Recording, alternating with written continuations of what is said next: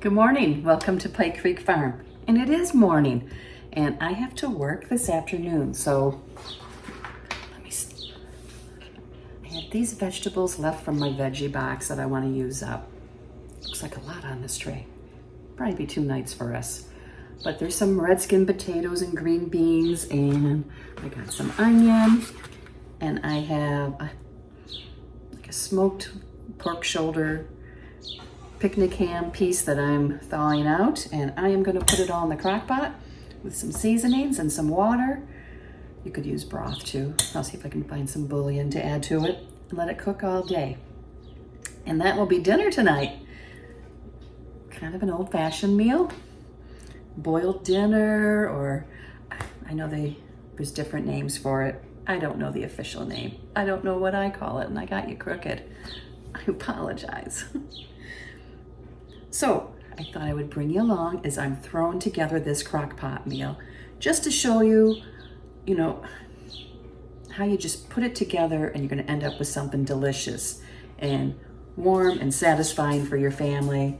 And you can go about your day doing everything, and you're not letting this food go to waste. I mean, I could blanch and freeze it. It's just a little batch, but we're going to eat it. Thank you for joining me. And if this is your first time here, thank you so much for joining me. My name is Renee, and I'm in the thumb of Michigan, and I like to do videos on canning and cooking and baking and vintage recipes and a little bit of gardening thrown in there because we like to fiddle with that, and we love the end result. I get to harvest. So thank you so much for being here today, and let's put this meal together super fast. So here's what I'm going to use. I partially thawed it, but it's still pretty frozen. And there's a bone in here, but there'll be more than enough meat for us, and then the veggies. And I'll probably slice some tomatoes too. But this is what I'm going to use. I've been cleaning out my freezer, and this was on the bottom, and I want to get it used. So this will be a perfect way of using it up along with the vegetables, so when I get my next veggie box, it's not building up to so much. So let me bring you down. So I have washed some red skin potatoes, and I'm gonna cut up the big ones so they're not such a variety of sizes. And put them in the bottom. Missy, get back.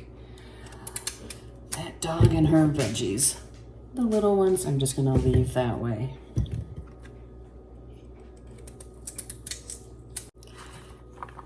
Then I have green beans that I cleaned. I might leave some of them.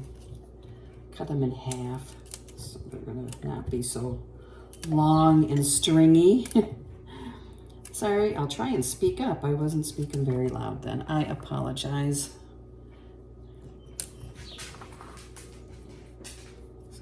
Gonna put those on top.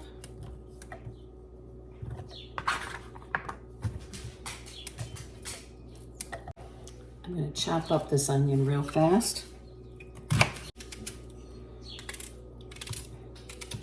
And I'm just doing it rough chop, kind of more like chunks. I am going to take some fresh garlic now and just slice it up on top. It will cook down during the day and just add a wonderful flavor. This fresh garlic is just amazing. I am going to sprinkle some Cajun spice blend on top of the vegetables. This is a blend that I made to do tomatoes with, and it's from the Ball book, and I love this stuff, and I will always have it on my shelf now. And then I'm going to add some water to help cook the vegetables and steam it, and it will turn into a wonderful broth with the ham put on top. I decided to add some more of the Cajun blend. I want to make sure it has some flavor to it, but not be too hot. Now the ham is going to go on there, and it is still partially frozen, as you can tell. And I forgot, but I needed to put a glaze on top to add some flavor. So I'm doing the traditional ham glaze that my family has used, my grandma, my mom, and it's a combination of yellow mustard and brown sugar, and we'll make it into like a nice, almost like a paste, blend, stir it together, and then that will be spread on top of the ham, and it turns out really good. It has a nice flavor. So I'm mixing it together now, and once it's like all uniform and there's not any clumps and it's not, the brown sugar is all incorporated, I spread it on top. And here, I'm going to get you a little closer so you can see. But we're just going to spread that on top, and it will add a nice flavor to the broth and to the ham, and it will go down in with those Cajun spices. So you're going to have that sweet and savory and spicy all blended together. And now I'm going to put the lid on, and I am going to turn this on low for at least 8 hours. It's going to cook. Okay, here it is. When I came home from work, I worked half a day. I did leave it on high because it wasn't progressing the way I wanted. But see the green beans and the potatoes.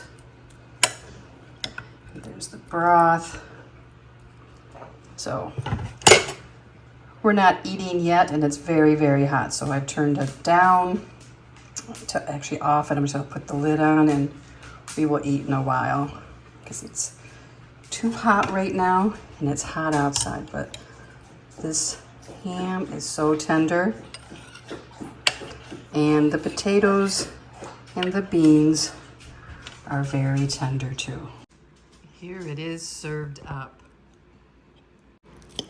The meat is so tender. The beans have a lot of flavor.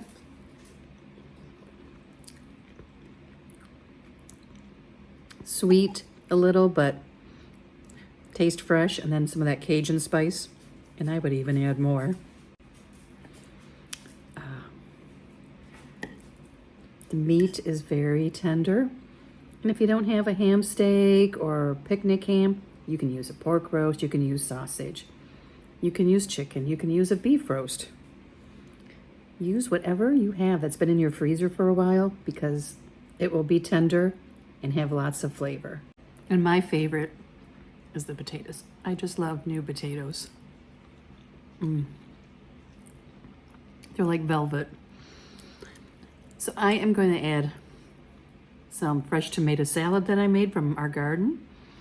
Some tomatoes wedged up with onion and a little bit of mayonnaise, and let it salt and pepper, and it will be perfect with this. So if you have some beans, it can be wax beans or green beans. If you have things in your crisper that need to be used up or preserved, this is a great way of using those vegetables that need to be used up and might not be, they've been in there a few days. They're not bad, but they're maybe not as crispy as they were the day they were picked. Thank you so much for watching. We'll see you next time at Pike Creek Farm.